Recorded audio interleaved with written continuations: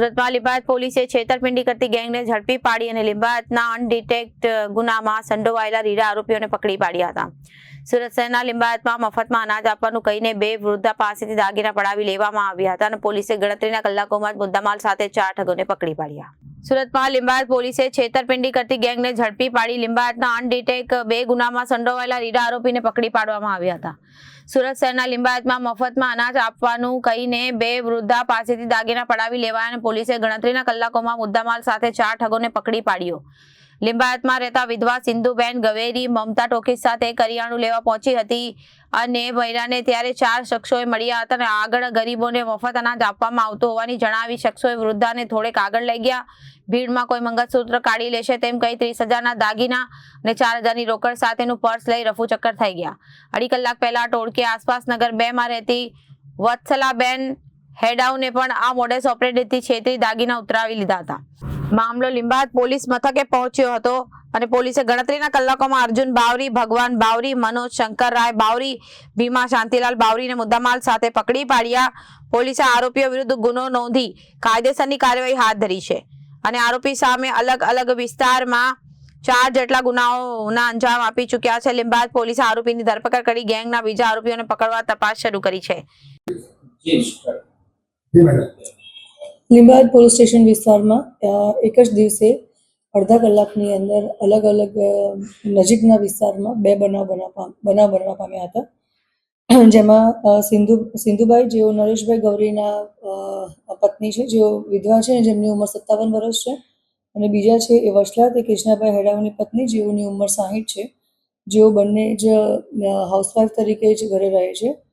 પર્વતનગર પાટિયા લીંબાયત પર્વતગામ લીંબાયતની જે વિસ્તાર છે ત્યાંથી જ અડધા કલાકના અંતરે આ બંને લેડીઝ ઊભા હતા અને સૌથી પહેલાં જે સિંધુબાઈ નરેશભાઈ ગૌરે છે એમને જે આરોપીઓ છે 4 જણ, જેમના ક્રમશઃ નામ છે ભીમાભાઈ શાંતિલાલ રાઠોડ, અર્જુન ઉર્ફે અજય શાંતિલાલ રાઠોડ બાવરી, ભગવાન ઉર્ફે પ્રકાશ ઉર્ફે પક્યો શ્રવણજીભાઈ ડાભી બાવરી, મનોજ શંકરરાય બાવરી, જેઓ તમામ કૃષ્ણનગર કુબેરનગરના અમદાવાદના રહેવાસી છે. આ 4 જણાએ એ અમો વાપરી હતી કે ફરિયાદીને કહ્યું હતું કે થોડાક આગળ જવાથી એક ટેમ્પો ઊભો છે અને ત્યાં દિવાળીના નિમિત્તે મફતનું અનાજ આપી રહ્યા છીએ, તો તમે થોડી વાર અહીંયા ઊભા રહો, ત્યાં લાઈન બહુ જ મોટી છે, અમે પરત જ્યારે લાઈન થોડી ઓછી થાય ત્યારે પરત આવી અને તમને કહીએ છીએ ને લઈ જઈએ છીએ. થોડી વાર થઈ એમાંથી 2 વ્યક્તિઓ એમની પાસેથી એવું કહીને જાય છે કે આગળ હજી વધારે થોડું ડિસ્ટન્સ છે તો અમે રિક્ષા લઈને આવીએ છીએ, અને એ વખતે બહુ જ ભીડ હોવાના કારણે પ્લસ દિવાળીની તહેવારની ભીડ હોવાના કારણે તમારા જે દાગીના છે એ તમારા પોતાના જ પર્સમાં મૂકી દો, કારણ કે ભીડ છે તો અનાજ લેતી વખતે ત્યાંથી તમારા દાગીના ચોરી થવાની શક્યતાઓ છે.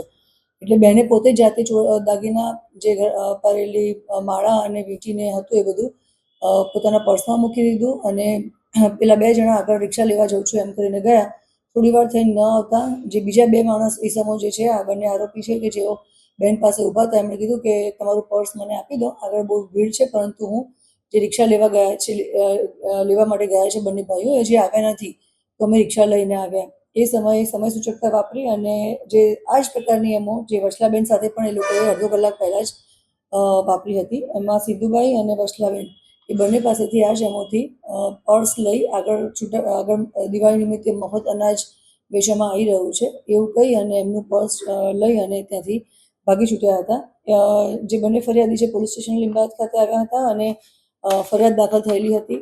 ગણતરીના કલાકોમાં જ ટીમ રવાના કરી અને સીસીટીવી ચેક કરી અને અમે લોકોએ 4 આરોપીને પકડી લીધા છે અને તમામ મુદ્દામાલ પણ કબજે લીધો છે.